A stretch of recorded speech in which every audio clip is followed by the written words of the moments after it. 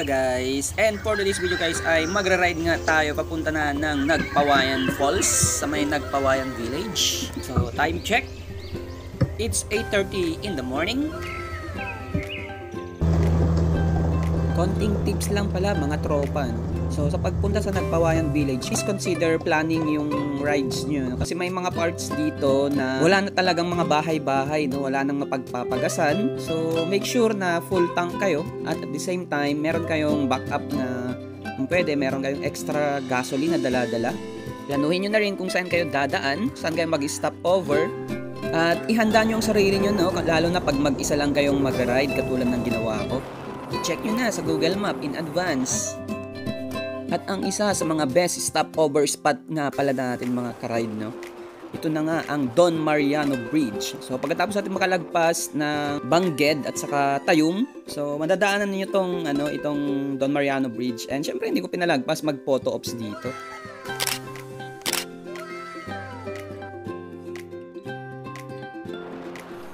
Well, masasabi ko rin na mag-e-enjoy kayo sa pag-road trip dito guys. Kasi nga, well-established na rin po ang daan. Hindi na siya rough road. And guys, dito sa lugar na to guys, may mga establishment na pwede na kayong mamili dito ng inyong babaunin na pagkain. Nang sa ganun, hindi na kayong mahirapan maghanap ng makakainan pagdating nyo doon. Especially guys, pag hindi kayo sanay sa mga pagkaing probinsya. So, paglagpas nyo nga sa bayan na yon mga ka-rides, ay unti-unti na pong mawawala or wala na kayong nakikitang mga establishment, mga kabahayan, mga tindahan, at pati yung mga nakakasabay mo sa kalsada, no? Mapapansin mo na lang, ikaw na lang yung nagra-ride mag-isa, wala kang nakakasalubong. Pero okay lang, kasi sanay ka naman ng mag-isa at walang jowa, di ba? Joke lang. Kaya kailangan sa part na ito ay mag-ingat ka na talaga. Kaya nasabi ko rin po kanina na dapat paghandaan nyo itong ride na ito. Kasi magkakalayo ang mga kabahayan. Kaya kailangan ride safe talaga.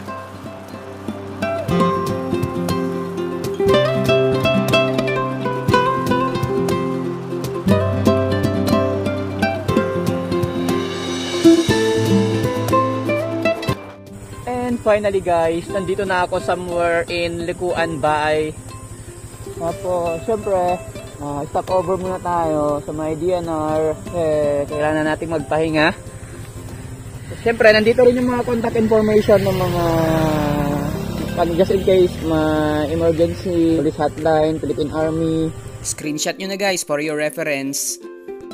So, tara! Tuloy na natin ang ride. Second stop over. So, nandito na nga tayo sa may municipality of Likuan Bay. Legit na nandito na tayo guys. So, for the meantime, stop over muna tayo kasi based sa research natin, meron nga daw madadaanan na makakainan dito at so, nandito po sila madam. Ayan, tag-10 lang daw guys. So, sulit. Kung bibisita man kayo dito at madadaan kayo, hindi lang kayo mag-e-enjoy sa magandang view. Tapos, at the same time, may magagandang mga nagtitinda dito guys. Kaya bumisita po kayo dito. Ayan po sila. Pabili po ng isa pang ano ko. So, ayan guys, habang kumakain ako, ipanoorin nyo muna yung view dito. Ayan, may mga dumadaan na dito. Alam mo yung feeling na tumatagos sa yung puso yung kinakain mo, yung sobrang sarap, yung tamis niya, parang buong kaluluwa mo napipid, gano'n. Senior citizen po may discount. Charot. So, sabi ko nga, kung senior, may discount ba? Sabi nila, wala, tumawa lang. Eh, gusto ko nang magamit yung senior citizen benefits ko eh, malay ba natin? So, ang sunod natin titikman guys, ay yung pinagmamalaki nila dito na masarap na lumpia. Gawang Likuan Bay na lumpia, made from the heart. So, titikman na natin siya guys. Pero syempre, tikim muna bago bayad. Kapag masarap, at nakalimutan ko yung pangalan ko habang kinakain to, syempre, aalis na lang ako, tatakas na ako. Pero kung, pero kung mabusog lang ako, magbabayad tayo kasi hindi ko naman nakalimutan ang pangalan ko. So, February 14 ngayon guys, kaya nag-enjoy na lang ako mag-ride. Mas masarap na mag-ride, tapos kumain ka na lang kaysa magmahal ka, tapos masasaktan ka lang.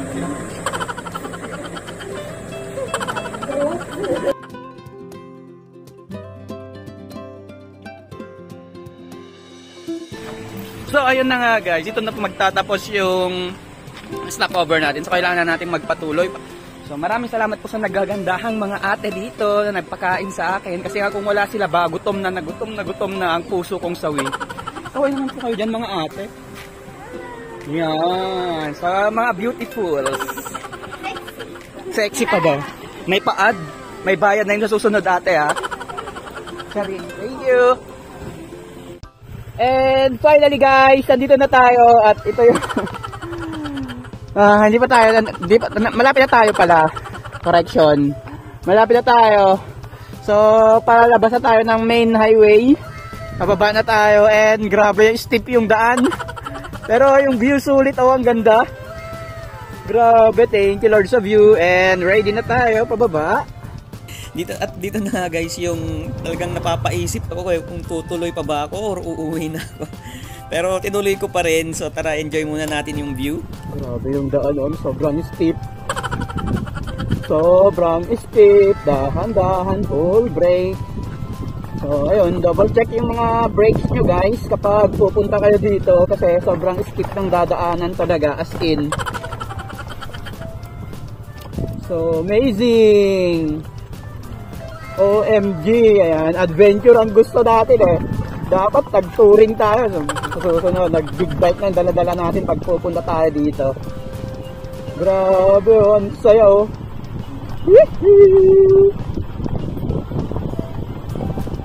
Grabe yung daan.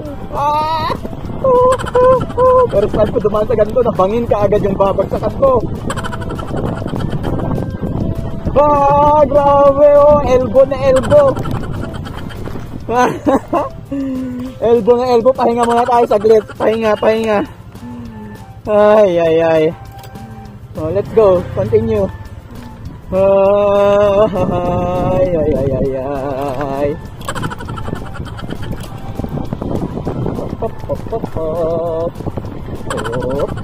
Dahan-dahan. Oops. Wag bibigay ang daanan. Wait lang. Pahinga kasi sobrang steep. So ayan po yung dadaanan natin, pero ang ganda ng view, as in solid yung view guys. Pero yung daanan medyo mahirap, pababa talaga siya, pabulusok. Mga beginners, wag pupunta, pero kung may kasama kayong sanay na mag-drive, mga ganitong daan, go!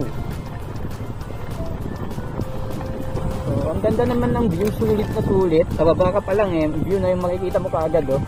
Parang nasa Atok Benguet or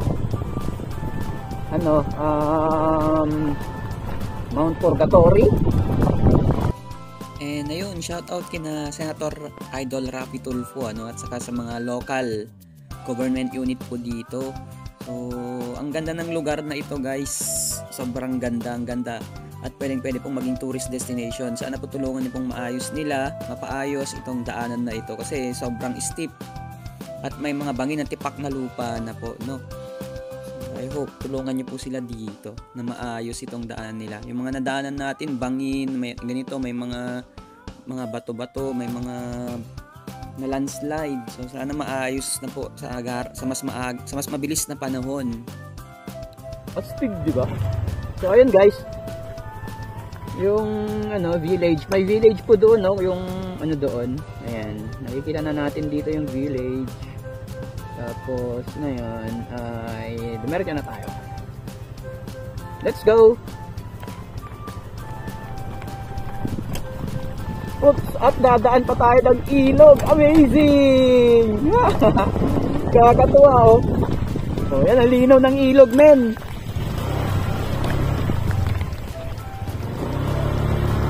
Galing na siguro falls yun.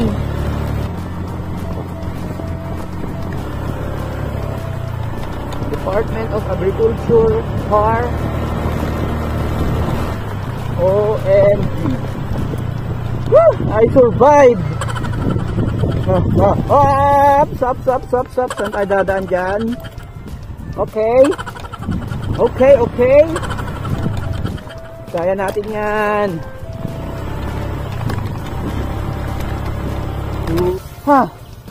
Kaya tayo pwede mag-parking. Doon na lang. I think mas malapit doon. So, hanapin na natin yung contact natin dito. May contact person tayo dito pero hanapin muna natin.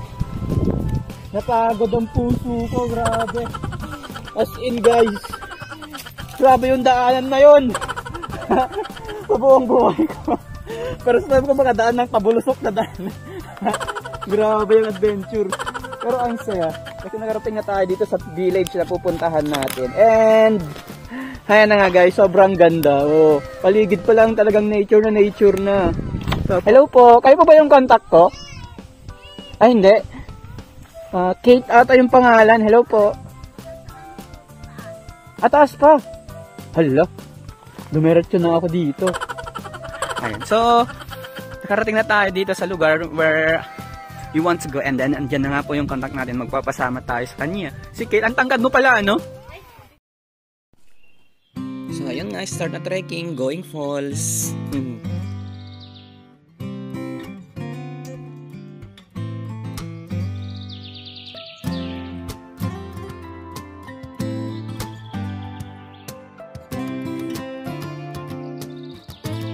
At dahil puno na yung memory card ng aking action camera, phone na lang ang gagamitin natin.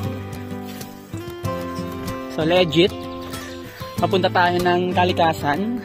Paglabas natin dyan, nasa Encantadia na tayo. Makikita natin dyan si Amihan, si Alena, yan. At kasama natin syempre si Kate. Kate ba nickname mo?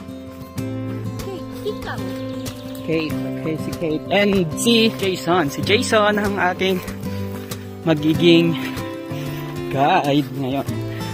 Sobrang hospitable yung mga tao dito. Parang hindi ka bago. Kanina nakipagdaldalan ako kaagad sa mga tao. Hindi ko makakilala yun pero kumakaway sila kaagad. Nagulat ako dun ha. Hindi ko akalain na aakyat pala ng bundok. Kala ko patag lang yung dadaanan. Yung puso ko parang sasabog na. Wala nang ang jowa, sasabog pa. Yung mga guide ko, walang pagod-pagod eh. Nahiya naman akong magpahinga.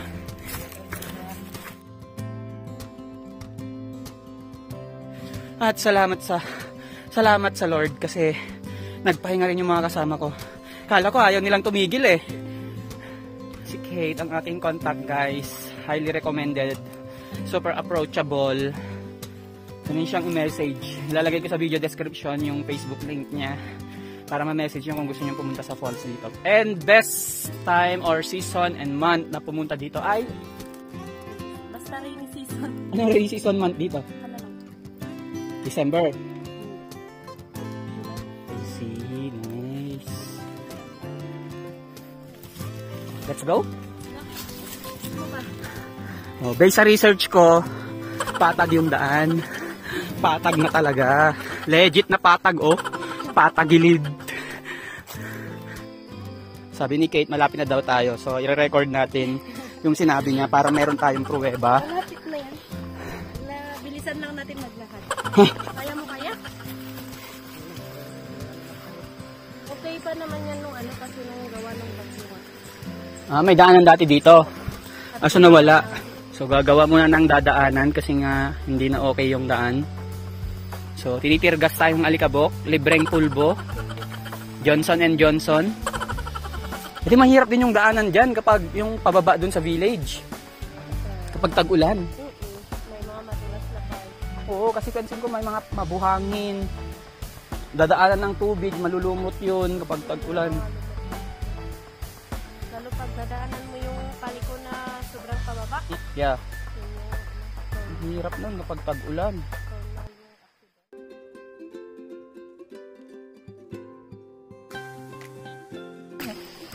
Tara, balik na lang kaya tayo. Di na lang tayo magpintuhan sa bahay. Yeah. Kaya yan, malapit na. Patag nga guys. Patag. Patagilig ka na din pag dumaan ah.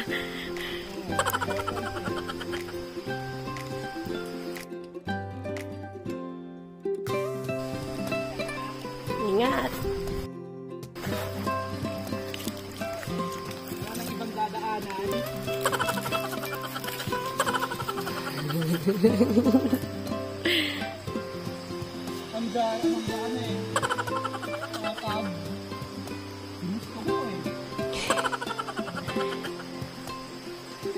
Sige, slide lang.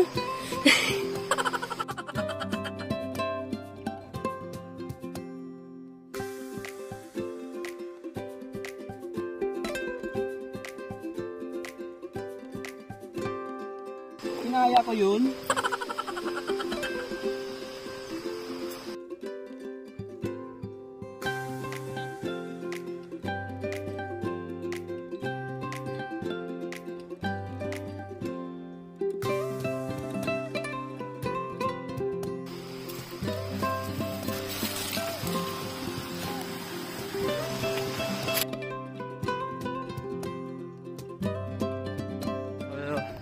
Legit nga. Sabi nila nasa kabila na lang yung falls. Malapit na. 5 minutes. 5 minutes na lang daw. Palilang ng tubig. Sarap maligo. Yeah! Nasaan? Guys! Nandito na ako! Woo! Napakaganda! Woohoo! Baka may diwata dyan. Sorry, maingay.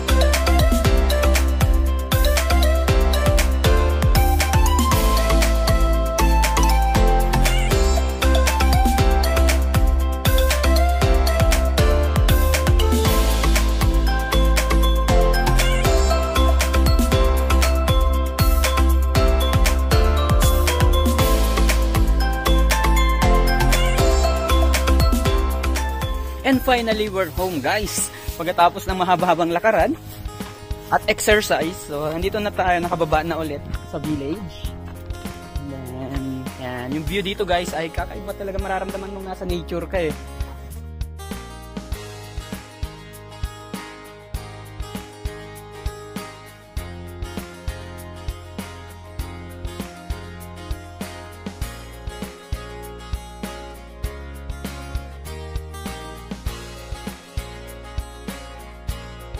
Tapos, syempre, mag-wash out na tayo. So, excited na ako kasi masusubukan ko mag-CR dito. Maligo sa traditional na pamamaraan, pagbanlaw, pagligo. So, maganda. Magandang experience ko rin ito, guys. Maliligo na muna ako. Diyan muna kayo. Paano pala harangan to? Wait lang. Teka lang. So, maliligo na tayo tapos walang harang yung pintuan. Hindi ko alam kung may harang ba to or wala. So, I guess wala. Wala talaga. At naimbitahan na nga ako guys na dito na lang din magpalipas ng gabi. Ano? At syempre pumayag na rin po ako.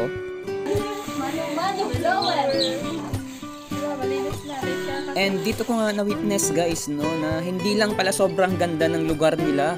Nakita ko rin at na-witness guys na sobrang sipag no, at sobrang hospitable ng mga tao po dito, especially ng mga ladies. So ayan, siya nga pala si Miss Ella na makulit. Sige, okay na yan. Kinukuhanan ko lang naman yung facial expression mo habang ano. O ikaw naman po madam. Aba? Itong si Boss Kate talagang ano, ready siya eh.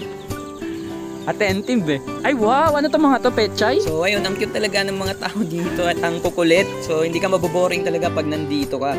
So kapag nag-plan kayo pumunta dito, ayun, nalagay ko na sa video description yung kung sino yung pwede nyo makontak. At nagpunta nga rin pala kami sa Saad campsite. Saka nag-ride din, and that's for another vlog. So see you again next vlog. Bye!